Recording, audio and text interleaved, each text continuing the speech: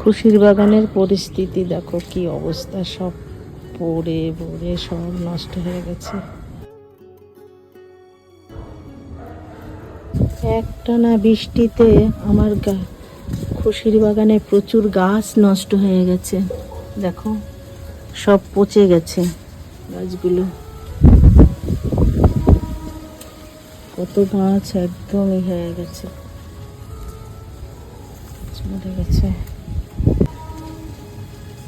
আর গতকাল যে ঝড় বৃষ্টি হয়েছে, ঝড়ের কবলে দেখো গাছগুলো সব পড়ে গেছে। আখ গাছগুলো কত সুন্দর, আখ গাছগুলো সব পড়ে গেছে।